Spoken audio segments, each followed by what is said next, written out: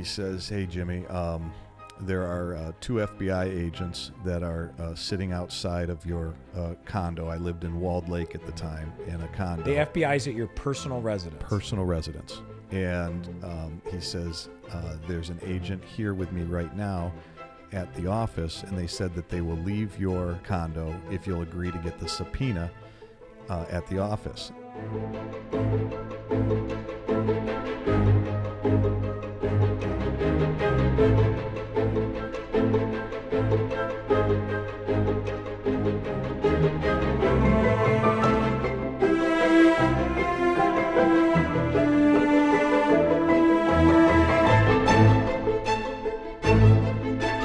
Hi, everybody. I'm Jon Marko, and welcome to Cases Gone Wild, brought to you by Marko Law.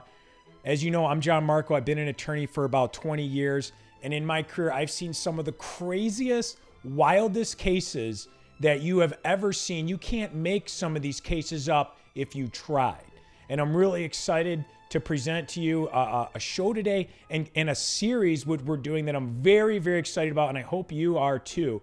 It's a series on one of my mentors, the greatest trial attorney of our time, maybe ever, Geoffrey Fieger. And if you like the show, please subscribe, because you got to follow us. Don't forget, we come out every other Thursday. And today we have a really special guest who I'm excited. In fact, it's so special, we can't fit it into one episode. So it is so special that we have Mr. James Harrington IV from a long line of esteemed Harringtons. Jim Harrington is here today. I'm excited to have you. Thanks for coming on the show. Hey, it's great to be in here, John. Thank you. Good to see you.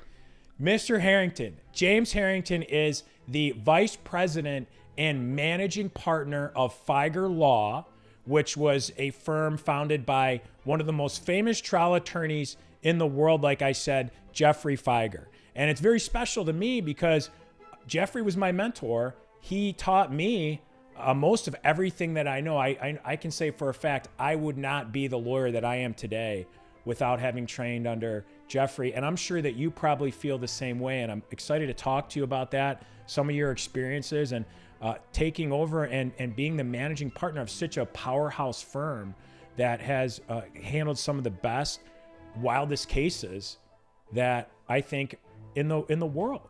Really, I know that sounds crazy. I'm not exaggerating, in the world, and I can say from personal experience and working with you. Jim, let's talk a little bit about you. You graduate of Novi High School. I know you're a big football fan. I understand. That's right. You were the captain of the football team. Yep. And it sounds like from our talking, and I've known you for my whole career almost, I think minus 2 years, that you've taken a lot of those lessons and have applied them and a lot of those values in your career. Yeah. And you graduated from Adrian College. You went to UD Mercy Law School.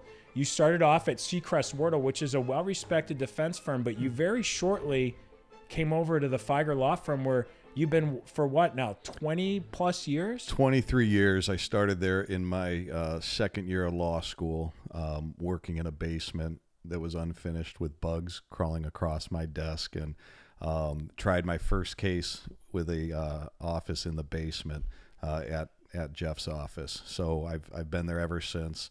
I did start at Seacrest Wardle. I mean, even going back, you know, it's funny when you talk to people, and many people knew what they wanted to do from the very beginning. You'll hear people say, "I always wanted to be a doctor," or "I always wanted to be a lawyer ever since I was a little kid."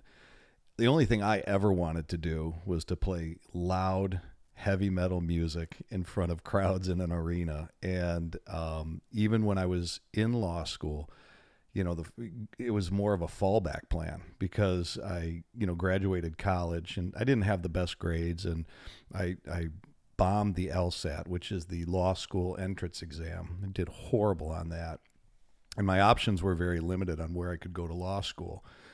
And the reason I selected law school was because I just really wasn't ready to jump into the workforce. And my father's an attorney. And so I said, all right, well, I guess if the music isn't going to work out, I was still even playing in a band in law school. And so when I decided that, you know, music probably wasn't going to work out, I decided to take the law school exam and get into law school. And then, the whole name of the game, as every law student will tell you, is get a clerkship, get a clerkship, get a clerkship to get a job. And there is this process at school called on-campus interviewing. I'm sure you remember, and other law students who are out there. They all come into the school and all the big firms, and you go and you sign up and try to get in, right? Yeah, and that was such a frustrating process because in order to qualify for the really cool, important law firms, you had to have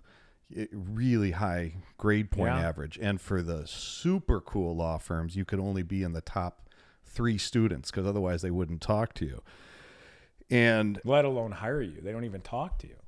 Yeah, you're invisible. And I graduated law school because they rank us. It's one of these interesting process where every law school ranks the best law student as number 1 and so forth. And I was 5th from the bottom when I graduated law. 5th from the bottom. 5th from the bottom. I beat 5 people.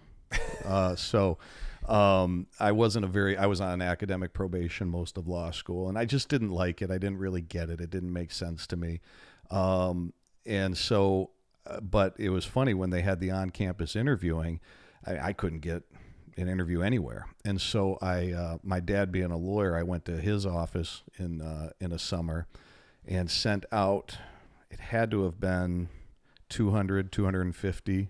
I went in his back room with his Martindale Hubble, and I always wanted to work at a mid-sized firm. And I went and I sent out 200 to 250 letters and used his Pitney Bowes mailer and sent them out to any law firm I could think of. I even sent one to Fieger's office. And I waited, and then about a week later, I got about 200 to 250 letters back that said thanks, but no thanks. Yeah, right.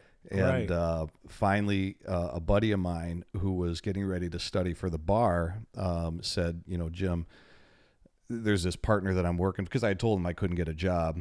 And he said, Jim, there's this partner that I'm working for. And if you, I can get you an interview, but you got to tell him that you play softball, because he ran the lawyer softball team. And it was very serious for him. And he always wanted to win the championship. And he goes, no matter what, when you get the interview, tell him you play softball. And so during the interview, we went through the formalities, but I had put on there, a reference to baseball, and which I played growing up. Football was my main game. But he says, hey, Jim, we've got a softball team here. Is that something you'd be interested in? And I said, I've got a golden glove. And so then the interview basically stopped, and he walked me around and introduced me to some people. You had the job. Had the job. You had the job. Yeah. This was at Seacrest Wardle. Seacrest Wardle, it was. And then you went over to the Fieger Law firm, where you're now, Jim, I didn't know that you had some of these, I guess you didn't jive with law school, because I've known you for a long time. You've always loved the law. You've always been a great attorney. You're a great trial lawyer, and you're a great manager. And now you're the manager and vice president of Fieger Law. Yeah. And this is a series that we're doing. We both had have a very close relationship with Geof. And I would like to talk about some of the experiences that you had, and we'll start kind of in the beginning at Fieger Law. But for those of our listeners who don't know, if I don't know how they can't, about Geoffrey Fieger. Who is he? And I know he's trained you. I know that you've worked with him for a long time. And just tell us a little bit about Geof. Sure. Geof Fieger is the greatest trial lawyer in the history of the world, period. There's nobody better. There's nobody that's been doing it longer. And there's nobody that has had success from literally day one through the present. He, as the story goes, his very first jury trial was a $1 million verdict, and this was back when $1 million verdicts were unheard of. Exactly, and he's been doing this for over 40 years, and he has had success for over 40 years, and there is nobody out there. Look, there are lawyers out there that'll get great verdicts. And there are lawyers out there that'll get a couple great verdicts. There is nobody that exists in the world that has had the success that he has, both individually and institutionally with Fieger Law. there's tons of great lawyers in our community, John, you being top of the game, top of the class. But with Geof, I mean, last year we settled and resolved over 50 cases of 7 and 8 figure results. And, that's what we would do year in and year out. Again and again. I think that's, people say, my first big verdict, people say, oh, you can get lucky. Right? Yeah. But to be able to get great results again and again, especially on tough cases. And that's what Geof's done. And, people love Geof. People hate Geof. People are in between on Geof. But nobody can say that he's not a good lawyer. He's one of the best. And I know that personally. I know that you know that too. So, and for our listeners, I mean, Geof ran for governor, sure, right? Back in the day. He was indicted by the federal government under the Bush administration, which I'd like to talk a little bit about today. And we know more recently, it was released in the paper that, he had some type of medical thing. How's he doing now? I think people want to know, how's Geof doing? Sure. So we know that he had a stroke and, it was very unfortunate. And Geof, to me, is almost like a superhero. Because ever since it wasn't until I got to Geof's office that I really started to understand what a trial lawyer was. And it was as soon as I saw him in the very first trial, it was like, oh my gosh, this is it. And so in my mind, he is a superhero. And to see him anything less than that is not okay. And so, from the stroke, and a stroke, it's if you or I were to break our arm, look, we know there's a 4 to 6 week heal period on that, depending on the severity. But it's really easily documented as to know what our recovery is going to look like. And, with something like a stroke, I mean, there are people that could have a stroke and you wouldn't know. There are people that could have a stroke that you wouldn't even recognize them afterwards. And so, and everywhere in between. And so Geof is on a path of healing. He's on a path of getting better. And every single time I see him, there is, some level of improvement. And I see him quite often and talk with him and, go over lots of stuff with him. So he's getting better.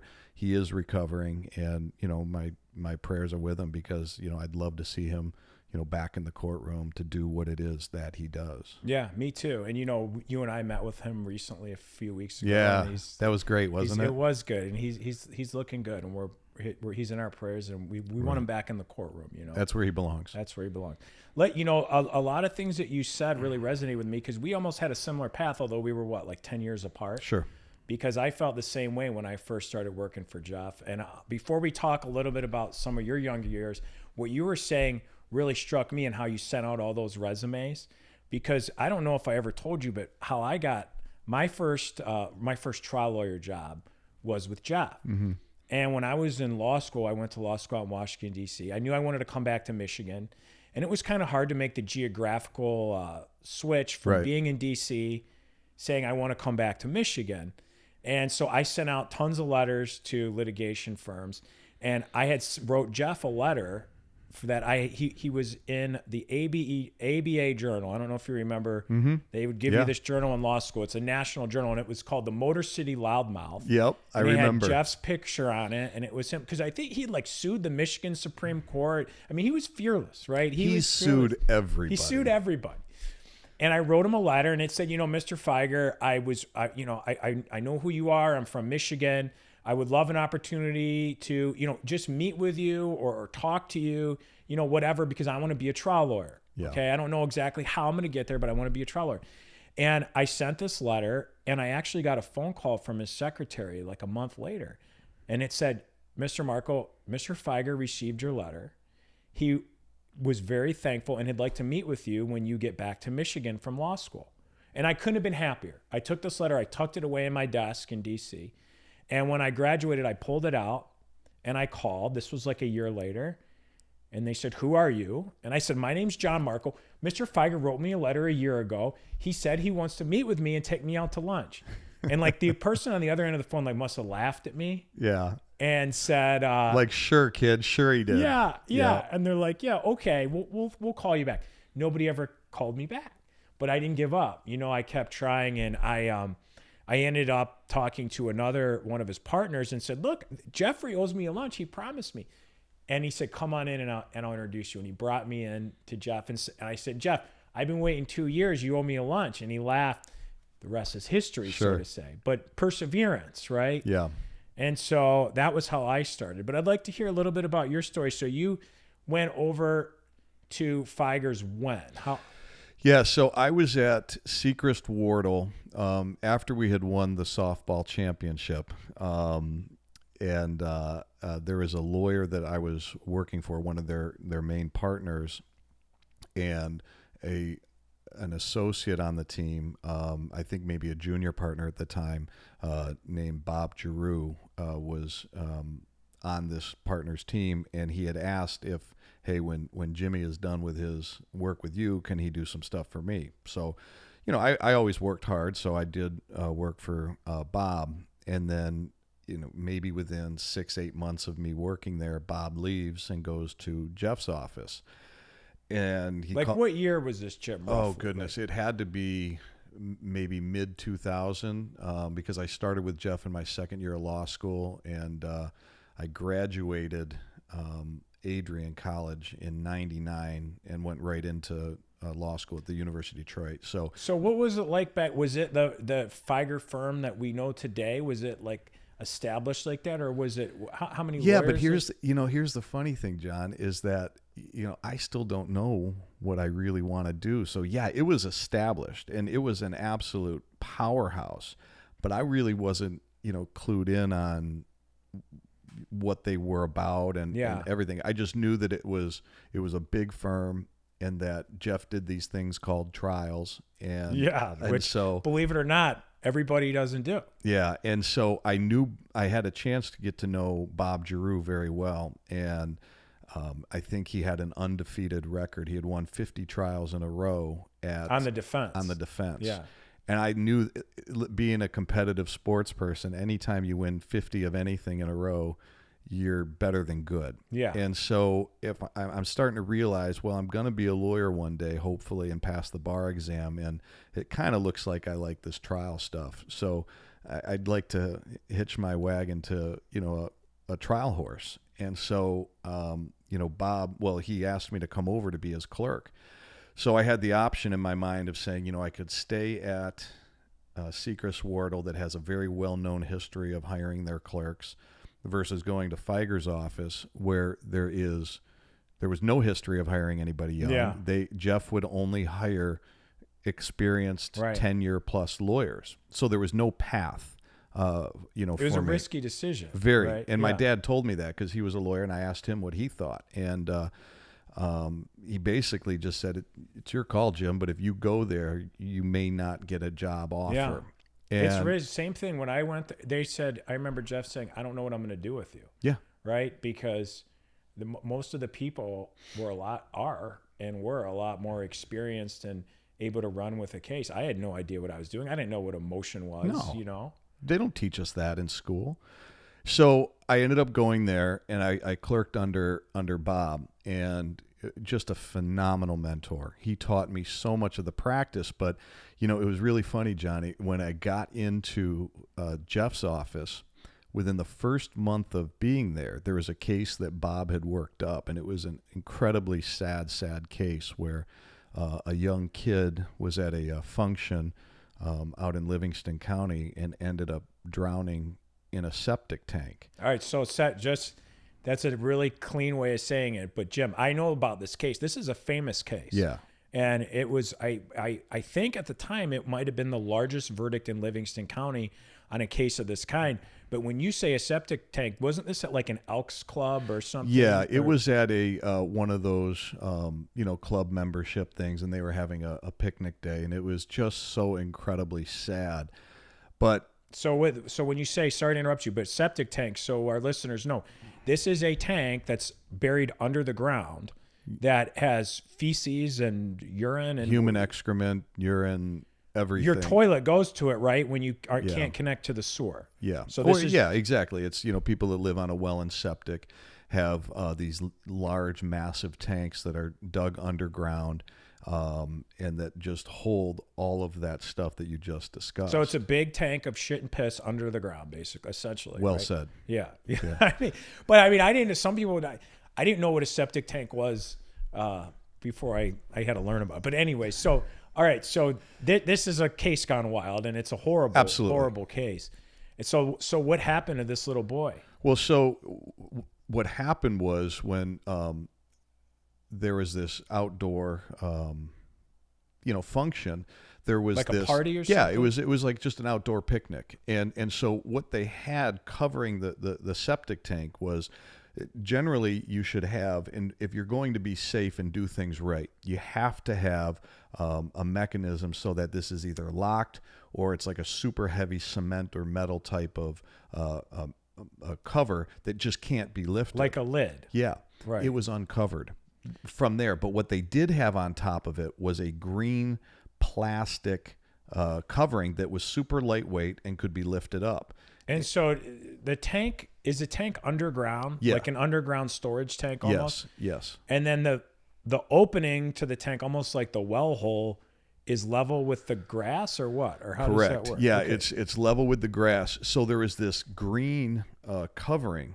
And how big are these tanks? I mean, you fall in. I mean, can you just crawl up? Like how big? No, John, it's horrible. I mean, you fall in and you go down 10, 15 feet into the pool of feces and stuff. Yeah, so Jesus. it's you go down quite a distance, and the problem with the case from the facility's standpoint was that they didn't do what they needed to do to keep it safe for the people. They didn't have a cement or metal cover on it. They had a plastic cover that was lightweight, and he had lifted it up and then fell in. And the problem, and kids too. I mean, kids go into wells. This is like common thing, right? Well, you know what, Johnny? You know what it looked like? The green covering. It looked like a turtle covering that people would have over their sandbox. So the little kid thought this was probably a sandbox that he went to go play in, and it wasn't. Fell in. Yeah. And did he die? He did. I mean, God, I can't think of a worse way. No. I mean, not only is it the parents' worst nightmare, but that poor little kid and how he passed was extremely sad. And so, from my perspective, and my role at the time was a law clerk, and Bob had worked it up, and Geoff was going to be the trial lawyer. And obviously the case had been worked on for years before I got there. And when Bob got there, he probably inherited it from another lawyer. But my perspective was, I'll never forget this. It's the weekend before the trial. And, Bob and I had been working on it. I can't believe you guys even had to go to trial. And they didn't admit that having an unsecured hole of shit and piss in the ground around little kids. I mean, they didn't admit. denied, and they put this poor family through a trial. That's disgusting. But yeah.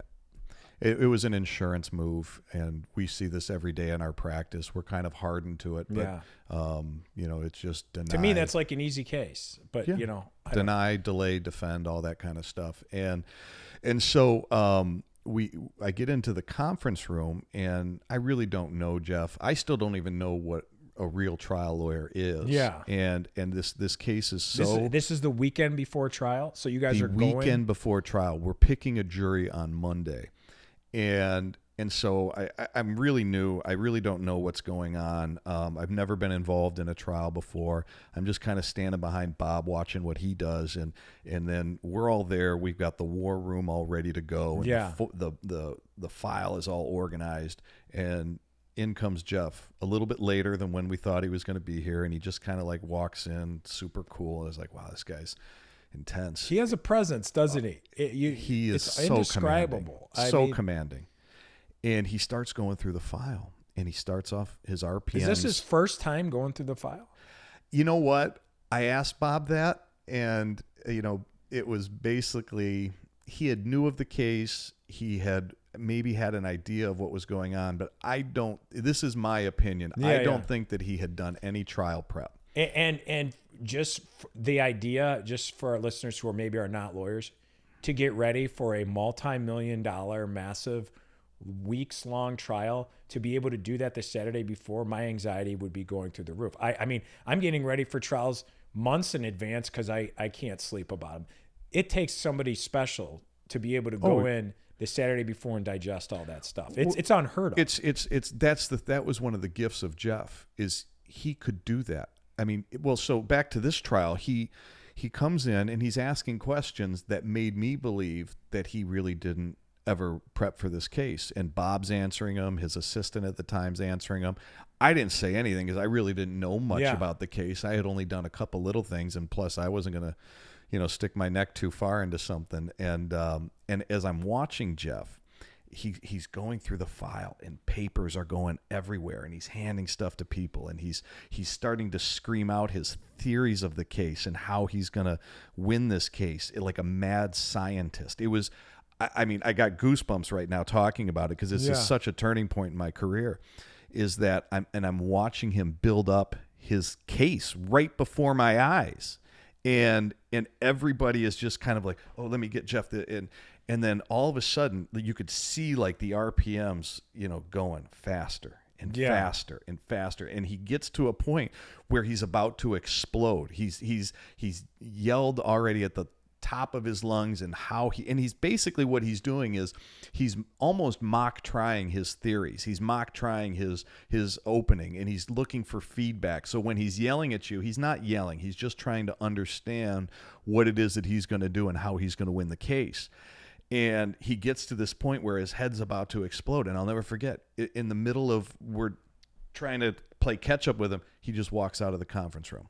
And then I kind of like look at Bob. I was like, is he done? Is he coming back? Like, what's he doing? And we don't see him again for the rest of the weekend. And then he goes and tries the case. And then we show up for trial. And for people that are listening, every time you go to trial case, you don't just walk in and give an opening statement like they do in Law and Order. Yeah. You have all kinds of pre-trial motions and going over hearings, some housekeeping stuff.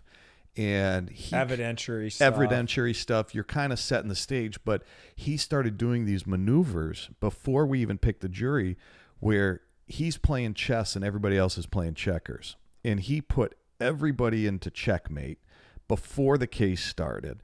They're on the heels. The judge is ordering the insurance adjuster to sit in the courtroom the next day because he couldn't believe that they haven't settled the case.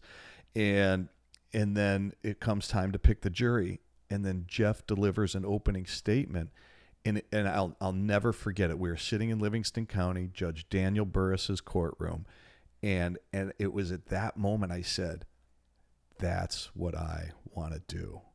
That I want to try cases. It was at that moment, and I was like, this is just incredible. You're representing a family. You're not representing an insurance company.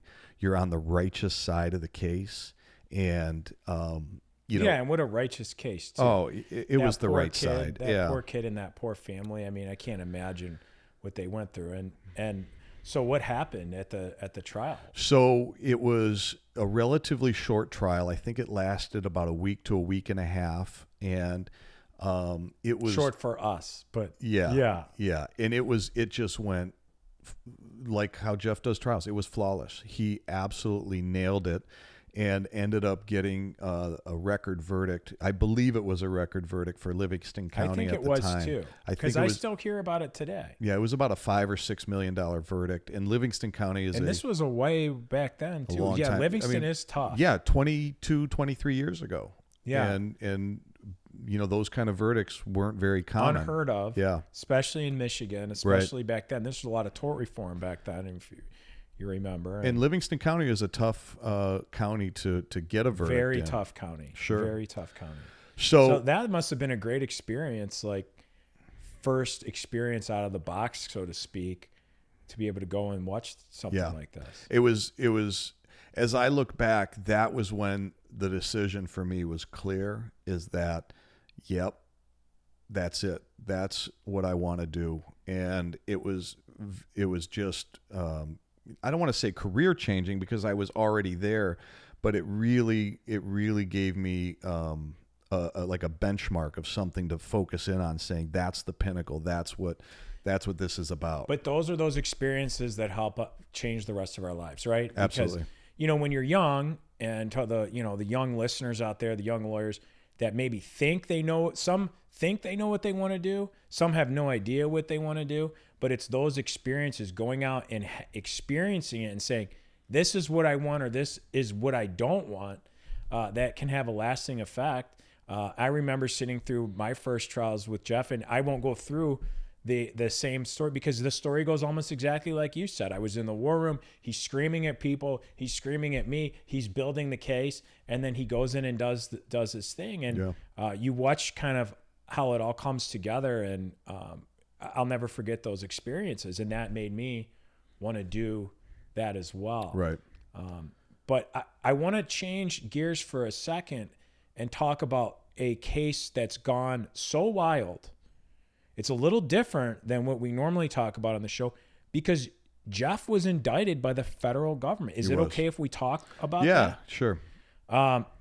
Were you there when this happened? Yeah, so this was an incredibly, let me say it this way, interesting time in the firm, very pivotal. And set the scene for us, Jim, on what was going on in America at the time for our listeners, and about what year was this? When did this happen? Yeah, so this was in, when was it? Was it 2007 maybe? Is when the indictment came in, I believe. And my timing on the years, because sure, being at Geoff's office, I still to this day feel like that lost I know, at times. Man. I know. I always say I lost all the hair that I lost was the first 2 years of working for Geof, but I also learned the most. Right? Exactly. So it was a long time ago in I believe that 2004 2005 time frame as to when the campaign contributions occurred. George Bush was president. There was an incredibly strong conservative wave in the United States, and a politically motivated event happened that someone in Washington said, you got to go get this guy, Geof Fieger, as well as his partner, Ven Johnson. And so this is bad. Let's go back in time. So 2007. So we're having a new election, right? Mm-hmm. And what was it? Who was running? Edwards for president. And it John Edwards, right? It was John Edwards in the Democratic primary with, I believe it was John Kerry. They were going head to head to see who was going to be the presidential candidate. And run against Bush? Yep. And so this was a tough time. I remember I was in Washington, D.C. at the time. There was, we hear even today about political motivated, mm-hmm. You hear this in the news, whether the stuff with Trump is, but there was a lot of politically motivated stuff going on with the Justice Department back then. No question about it. And this, make no mistake, John, this was 100% politically motivated attack, to bring down the top trial lawyer in the country and certainly the best trial lawyer in Michigan. Democrat. Geof had run for governor as a Democrat against John Engler. Accurate. So what happened? So first of all, let's tell the listeners what happened. What were the charges against him? Because I remember there was some type of campaign finance law that you can explain it better than I can. Sure. And so he was charged with a campaign finance law violation where they talked about, that people were reimbursed for providing campaign contributions to Edwards for president. So there's a limit, right? The law has a limit on how much money you can give a presidential Correct. candidate. Yeah, exactly. Thank you. Yeah, there's a limit that an individual can give. And the statute says that you can't give in the name of another, and that prevented from these corporations from bundling money and providing it to their candidate. So I couldn't. So if you came to me, I guess the theory is to simplify. If you wanted John Edwards, right, and you gave me $500 and you said go give this to Edwards. So then what's the idea is you can't get around the limits? Sure. And that's the thing is you can't, I can't have, say, this is what the government's position was you can't have 50 employees or 30 employees and bundle up the statutory maximum to give to a campaign. hand them the check and then give the money back to the people as a reimbursement. So like prevents funneling of money. Correct. Right. So, that was the intent. That was the intent. All right. So what happened here that they charged Geoff, and this is not like this, just so we understand, this is not like your local Wayne County prosecutor charging you with a crime. This is the federal government, right? Mm-hmm. So the FBI, the Justice Department, the U.S. Attorney's Office, that's probably the scariest thing in the world, is to have an FBI agent show up at your door. And so what was the charges, or what happened, and how did this all go down, Jim? So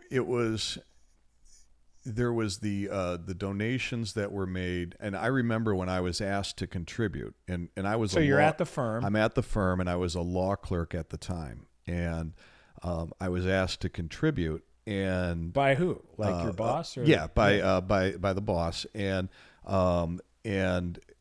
so I went to my desk, and I was like, I didn't really know who Edwards was. I'm not very political. Yeah. And I didn't know who he was, and so I was asked, and I said, let me go take a look and see who he is, because I know that I did know that when you contribute, your name gets associated with the person, and I was mindful that I'm still in law school, and I want to make sure that you don't my want to name ruffle any feathers, right? And so I went back to my desk, and I went on the internet, and I was searching for who Edwards was, and it kept coming up: medical malpractice trial lawyer, plaintiff lawyer.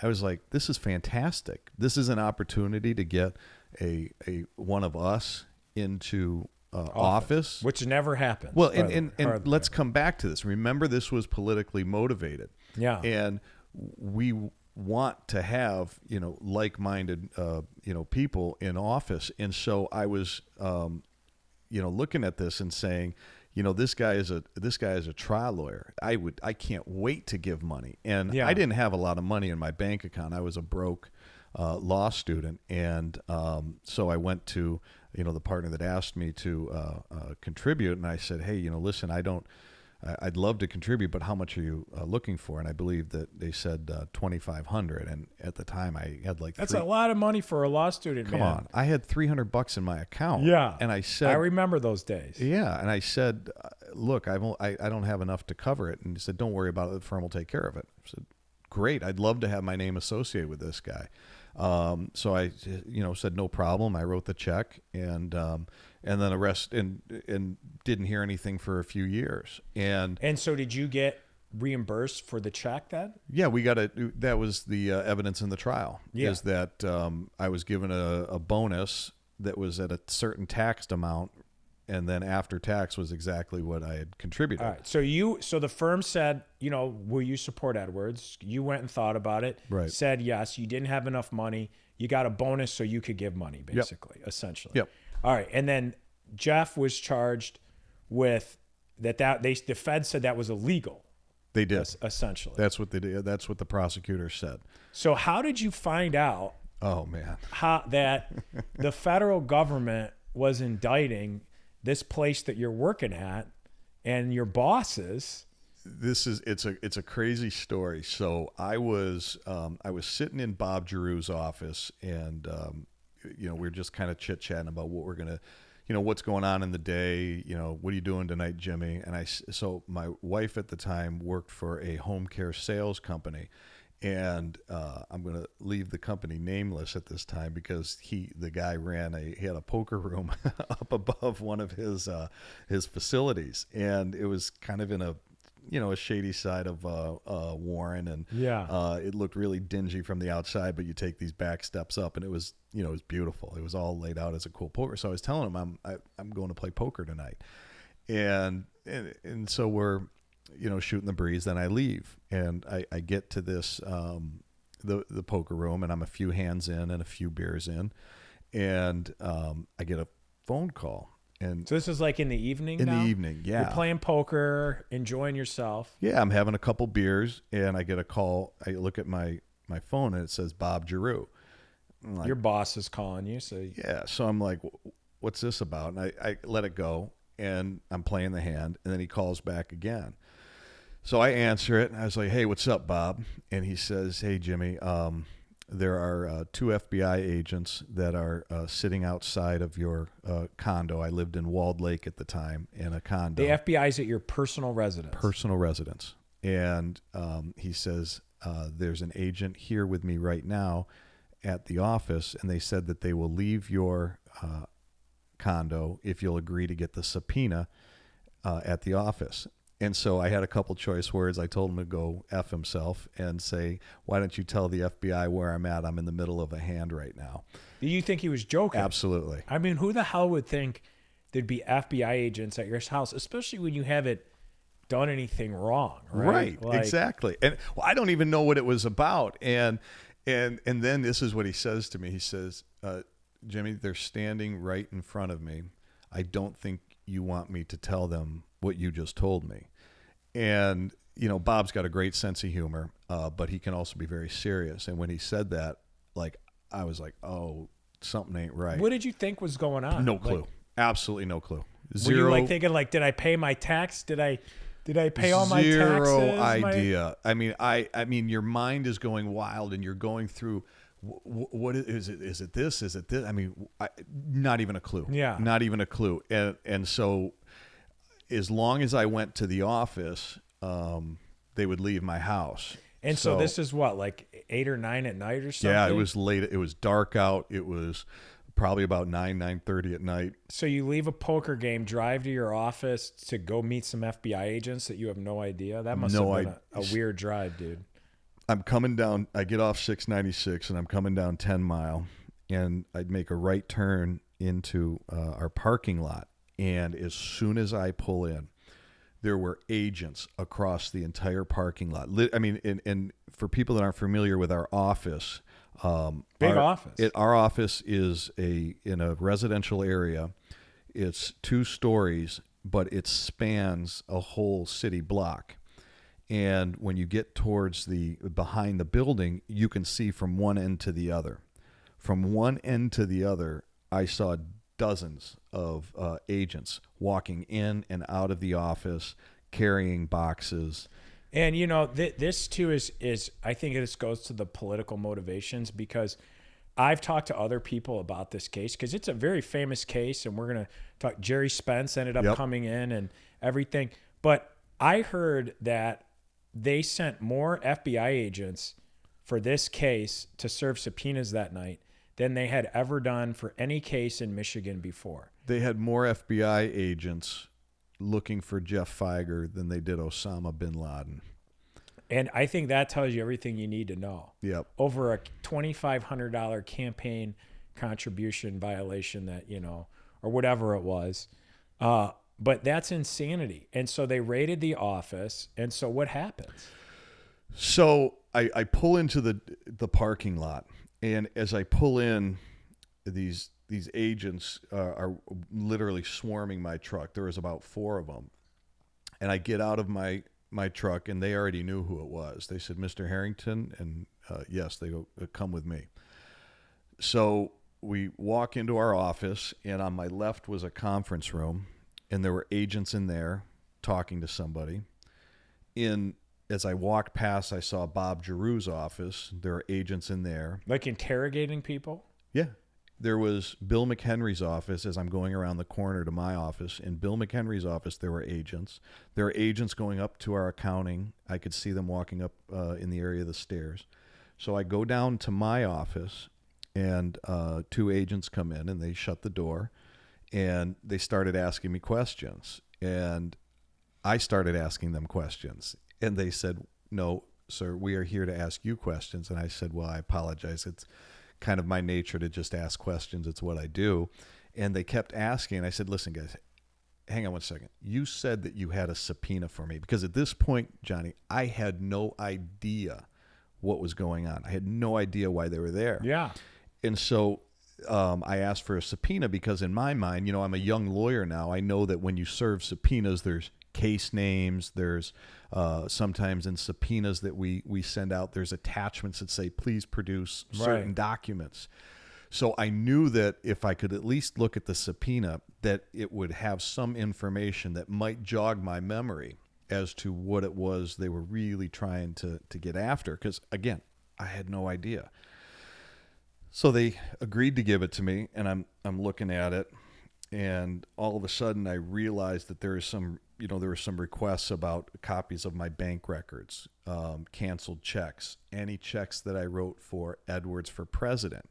So then I'm like, okay, it doesn't take a genius to figure out that this has to do with something involving my contribution or a contribution to the Edwards for President campaign. Right. And so at that, and I'm sitting there still racking my brain saying, well, what's the beef? I mean, what's their issue here? I had no idea what their issue was. And they kept asking me questions, and the final question they asked me was, Mr. Harrington, were you reimbursed for this? And I said, I tell you what, guys, respectfully, why don't you step outside of my office? I want to make a phone call. And of course, I have the benefit of having my dad as a lawyer, so my hand's shaking. I'm like, Dad, what do I do? I've got these agents, and I'm at my office.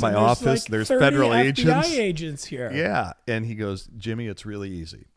You invite them back in, you thank them for being here, and you tell them to get out of your office. Yeah, exactly. So, and you ask for a lawyer because you don't know what it Yeah. is. You could be charged with a crime. You don't.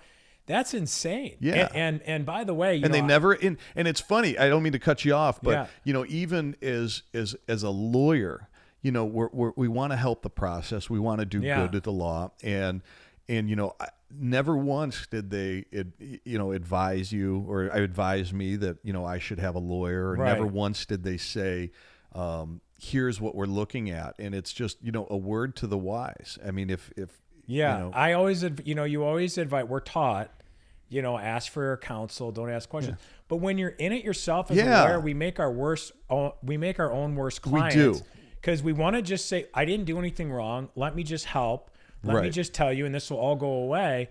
But it doesn't always just all go away, does it? No, and here's for those listening, when you're in that situation, what's your name? Lawyer.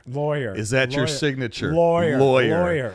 Is this? Do you live at this address? Lawyer. Yeah, and it's not because you don't want to be helpful, and even if you haven't done anything wrong, but you have to protect yourself. Absolutely. Because they could have charged you. I mean, they could have charged you. And I heard, Jim, I talked to some people, like my friend Todd Weglars, who still works at your firm. He said that they were sending FBI agents to Michigan State to where look for children. His daughters live. Yep. Why would they do that other than to intimidate you? Sending FBI agents to your kids' dorm room and stuff. I mean, it is gone wild because we don't want to believe that this could happen in America. But it did happen. It did at your firm. And it did, and it was an attempt to, because of the amount of justice that we serve to clients, and you sue the government a lot. We sue the government in force cases. We sue we insurance companies, corporations, hospitals. A lot of powerful interests. Yep. That have a lot of money and a lot of power and don't like to be challenged and don't like to have that happen. That's right. So what happened? So you invoke your right to a lawyer. We know Geof got charged, and it was I wasn't here at the time, but did you attend some of the trial down at the federal courthouse? Well, it even started, even before we got to the trial. There was the grand jury proceeding, and so we get and tell the jury what, or the jury. Tell our you can't get it out of you. Can't get it out of you. The grand jury, for our listeners, is a weird process that most lawyers don't even understand. But it's like a secret jury that only the prosecutor can talk to, right? It is, John. I do civil work. Yeah. I'm a civil trial lawyer, and I've had very limited experience in the criminal department. So I didn't really know what the grand jury process was. We hear about it. We hear about it in the news, indicted by a federal grand jury. What does that even mean? What does that even mean? So there was a long period of time from when the subpoenas were served until the grand jury process started. And I had hired my own lawyer, and I also retained my dad, of course. And the lawyer that I hired had a lot of experience in the grand jury process. And so I remember that we didn't willingly go. We testified under, I believe it was a compulsion order, and somebody who's listening that knows more than me might tell me that I'm wrong, but there is some type of an arrangement that we're testifying, but it was like a quasi immunity type thing where there's nothing that we could say that would be used against you, something like that. And as long as we tell the truth and don't lie, yeah. right? So yeah. they made you go. This wasn't like yep. you chose to go down to the. And where's the grand jury, at the federal courthouse? No, it was in not the federal courthouse. It like was the federal yeah, building? It was in a building, I believe, and maybe my memory's wrong, but I remembered it looked like a classroom. It wasn't a very large classroom. And is there jurors there? So check this out, Johnny. You've done thousands of depositions. I've Sure. done thousands of depositions. And when we do a deposition, there is a element of fairness.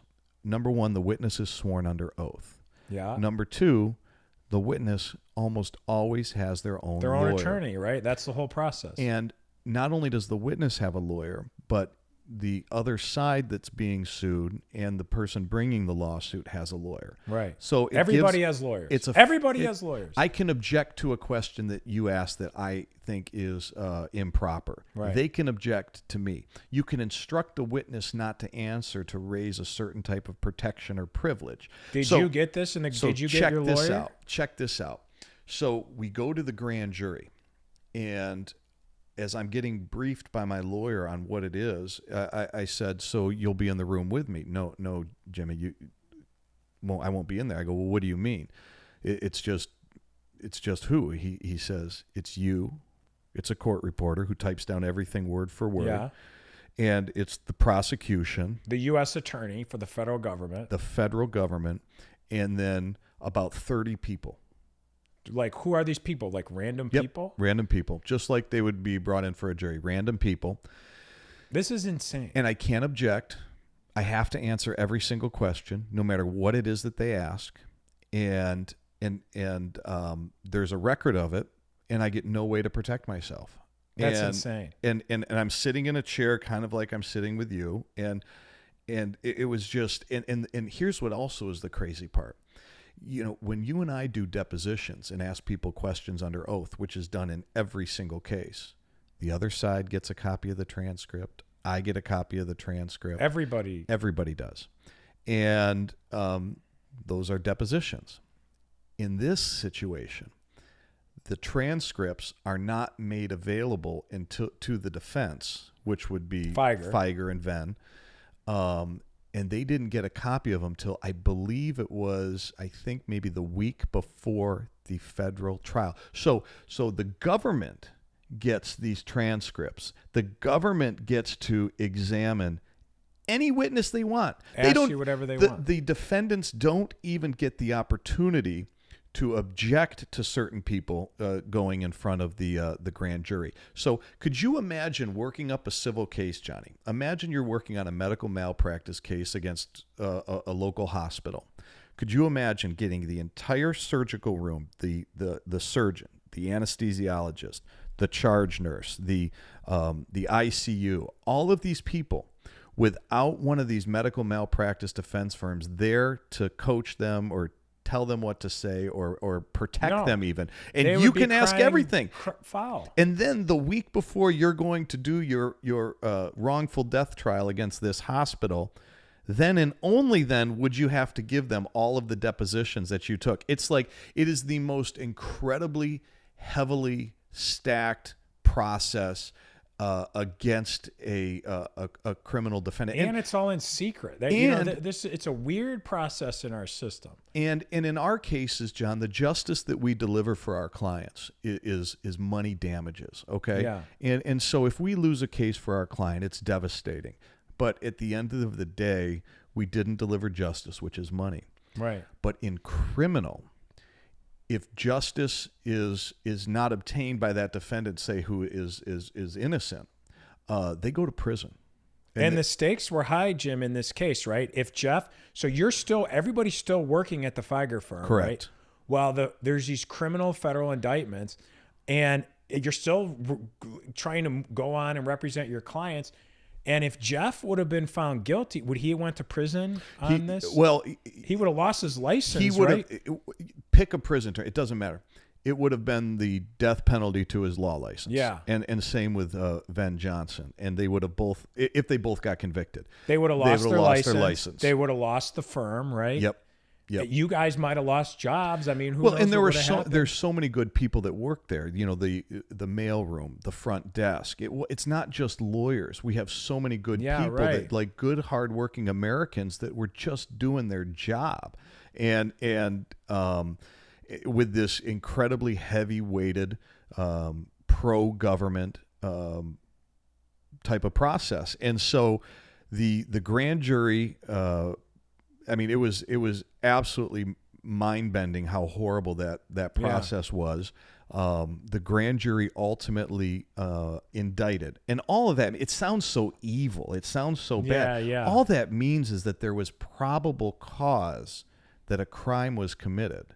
And so the indicted. There's the famous line that says, a grand jury would indict a ham sandwich. Yep. In other words, they'd indict anything. You put a ham sandwich as a defendant, they'd Right. say, charge them, charge Yeah. charge the ham sandwich. Guilty. Guilty. But all it is that there's probable cause that a crime was committed. And they almost always indict, as the ham sandwich analogy goes, because it's this secret proceeding it's so one-sided. Yeah, if you heard one story of anything, if you look, John, when we got here, you had your kids out there. Yeah. If little Johnny, was complaining about what the little sister did, and she never got a chance to explain herself, you're just going to believe little Johnny. Right. And that's the way this went, is that we never got a chance to explain ourselves. We never got a chance to defend. So all you heard was one side. And of course, they're going to come up with an indictment. So you guys have to eventually go to trial. Well, you guys,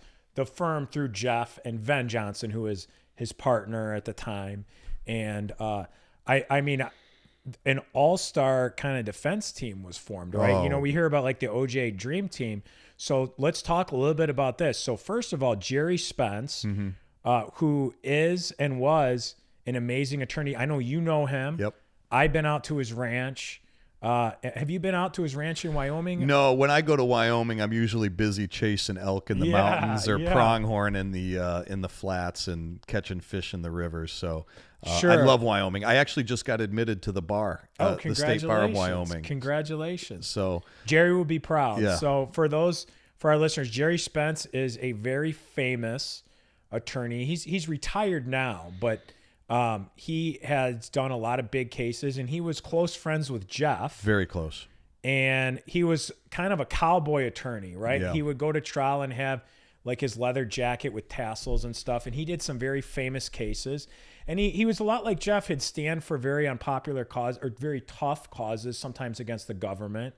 And so Geof, I believe, didn't he bring Spence out of retirement at the time? Because wasn't Spence retired? Or Spence, when he delivered his closing argument in Geoff's defense, he did say that this is his last case, and he told the jury that it was his last case. I think he may have gone to try a few more. I don't know. I didn't follow it that close, but Geof, but the involvement of Spence was absolutely incredible, and it really forged a great friendship between Geoffrey and Jerry. And as you alluded to, Jerry was a pioneer of a way, of a method, of a style of trying cases in a much more human format, to where you got into the feelings and you get into what's really going on and talking to people like they're people, not in a mechanical way. Not being a lawyer. Geof, Yeah. he had a trial lawyers college Yep. that he did out, not like a law school, but like for lawyers after law school. And I know Geof would send a lot of his attorneys at the time when the college was operational, but was out on a ranch in the middle of Wyoming. And I went, and you would have to go, and it was like different than you would think. Like you'd have to scrub dishes. Yeah. You were all community. We lived in little dorms, in little bunk rooms with some random people. My my bunkmate was like a public defender from Philadelphia or something. Very cool. And you forge relationships, but you know, Jerry was like a human being. You know, he'd say, forget what you learned in law school and just be a human being. Right. But anyways, we're about to go into another topic, and we need to talk about that because it's a methodology that I think is the only way to try a case. I mean, I never went to the Spence College, but we'll follow up back on it. Method. Yeah. So Spence comes into Michigan, into Detroit to represent Geoff in this like huge case. And everybody was involved in this case. Everybody was watching this case. You couldn't get away from a news article from when the trial started. Every day there was a new article. But let me just step back a little bit. So Geoffrey had retained Spence in his team. And who did Venn retain? Fishman, Steve Fishman, who's a very well-known criminal defense attorney. Venn retained Steve Fishman, who I'm telling you is got to be one of the finest trial lawyers, criminal defense trial lawyers out there. He was absolutely stellar in the trial. And so I had the chance to meet Jerry Spence, and before he got involved, after I decided that, you know, I wanted to do this trial work, I actually had read a few of his books, and as I was finishing up law school and making that decision to, you know, be at Jeff's office, so I started reading a lot of books, and I read a few of Spence's books, so I knew of him and was familiar with him. And I'll never forget, you know, we're working on the defense, not me, but the firm is. And, you know, Jerry's been coming into town to meet with witnesses and to formulate the defense. And Geoff, being Geoff, went on to the Mitch Albom show and went on the Mitch Albom show and said something to the effect of, you know, nobody was reimbursed. And so just so the listeners understand, the worst nightmare of a criminal attorney is to have their client who's facing trial for criminal charges go on TV and start making statements about their case. I don't care what the statements are. Yep. You do not want your client speaking publicly because that can all be used against them, right? Right. And so Geoff goes on. Mitch Albom's a very famous reporter for the Detroit Free Press. He wrote a bunch of books. And he says publicly there were no reimbursements. Nobody was reimbursed. And I think by this time I had already given my testimony to the grand jury. And did you say, we were it went, and that was the thing, is because, listen, I only had a couple $100 in my account. I went and researched who this person was. I wrote the check, and I was, you know, otherwise my check would have bounced. Yeah. And so, but I didn't think there's anything wrong with that. I thought, I was excited to be, you know, to be able to be part of the, you know, that process. And it was, it was a good thing. So what happened? So when Geoff did that, I remember myself and some of the other lawyers in the office were like, you know, I don't know about that. And I was really nervous about it. And so I bet everybody was, right? Yeah, but it was a really weird time because we really didn't talk too much. We would talk enough, but not get into our real thoughts and everything, because everybody had their own lawyers. God, that must have been so weird, disruptive. dude. It was, and Geoff had his own lawyer. His own partner at the time had his own lawyer. You had all the employees had their own lawyers. All the employees had lawyers. I mean, it was. I can't imagine working in that environment. The thing, what we do already is stressful enough, you know, to have that indictment over your heads. I mean, it was very, very disruptive. I don't know, and this is part of the magic of Geoff Fieger, is not only did he keep it together, but we thrived. We thrived, John. We were still delivering a fantastic product in that time. People were settling cases. People were winning verdicts. We were still delivering. That's amazing. Day in and day out. Was it distracting? Absolutely. Was it nerve-wracking? Absolutely. Was the stress level? And I couldn't even, and this is from my perspective, I'm not charged. Yeah. And you have an incredible trial lawyer like Venn Johnson, who is just awesome in the courtroom. Lawyer. I heard they were trying to get Venn to flip. I heard they were trying to get Venn to take a plea bargain. Venn would, you know, he stayed the course. He didn't do anything wrong. Geoff didn't do anything wrong. Right. But, you know, But that, for the listeners, that's a common thing, right? They charge someone who's not really involved to try to get to the big fish. Right.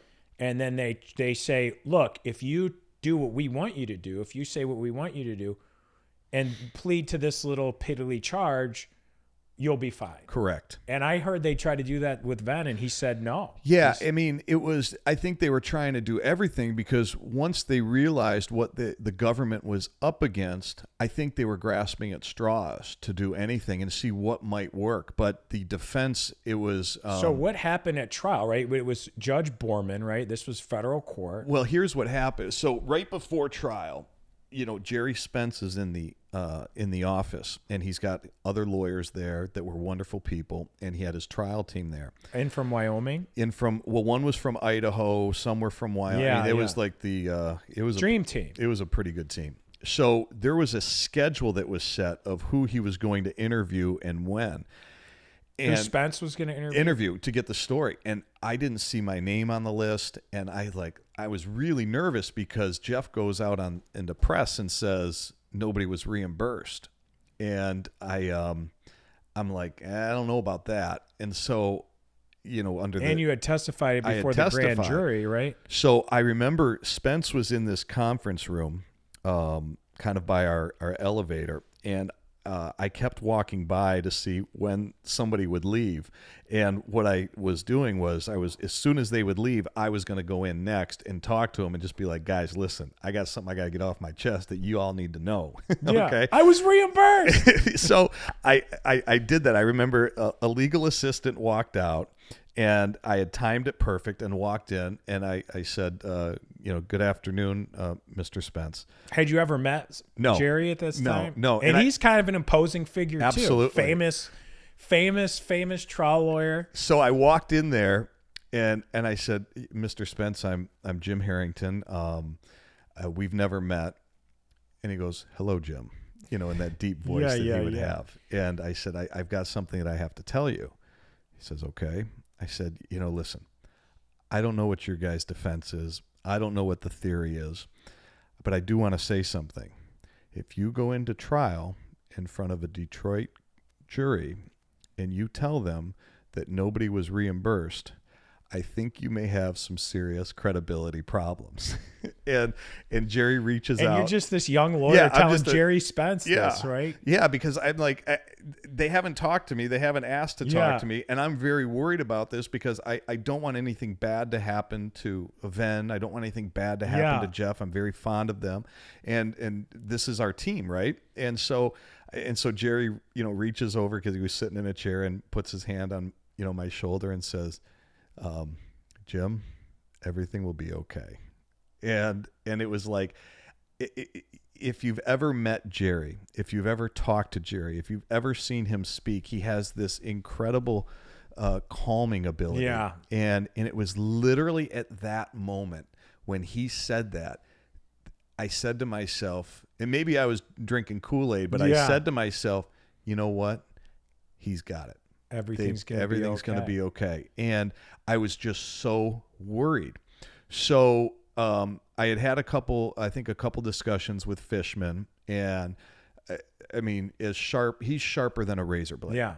Way sharper than a razor blade. And so we're getting close to trial, Johnny. Now this is going to blow your mind. We're getting close to trial, and they released the batting order, meaning the government they didn't have to tell the witness order until right before trial. So it's less than a week before trial. And just so we know, so in a criminal case, the government has the burden of proof. So they go first. Right? So the government gets to get up, present their case first, and only then does Geoffrey Fieger and the defense get to present their case, right? Correct. And so they released the batting order, and I was the leadoff hitter. You're the first witness for the government? I was the first witness for the government. And, oh, my God. And so, Johnny, you try cases, I try cases, and... You want to start with your strongest witness. You start with your best witness. So the government had decided that you, James Harrington IV, were the strongest witness against your employer and mentor, Geoffrey Fieger. And I felt like dead man walking. I felt like, oh my gosh, what's going to, I mean, I'm worried about my career. I'm worried about Geof. I'm worried about Ben. I'm worried about the firm. I'm worried about what is it that I said that they think is so earth shattering that they put me as the first witness. And I mean, I was in a special position. I was a law clerk at the time I contributed. I'm now a lawyer at the time of the trial because it took so long. And I had $300 in change in my bank account when I wrote a check for $2,500. So you were the easiest person to probably show, look, reimbursement. So how did Spence and the dream team, so to speak, the Detroit dream team, deal with this at trial? What was the defense? What did they say? So when I get called down, it's in front of Judge Borman in the federal courthouse, and I'm standing outside of the doors, and the doors were open to the courtroom. To the courtroom, and as I looked across the entire, where all the benches were, there were people from all over the country to watch Geof. It was packed, wasn't it? Yep, it was. There was news outlets from every news, Detroit news, national news, and when I say, I mean Detroit media news. They were everybody, as well as people who would follow Spence around the country to watch him try. Yeah, I heard people flew in from all over the country to watch this case. Absolutely packed. There was not an open seat in the entire courtroom.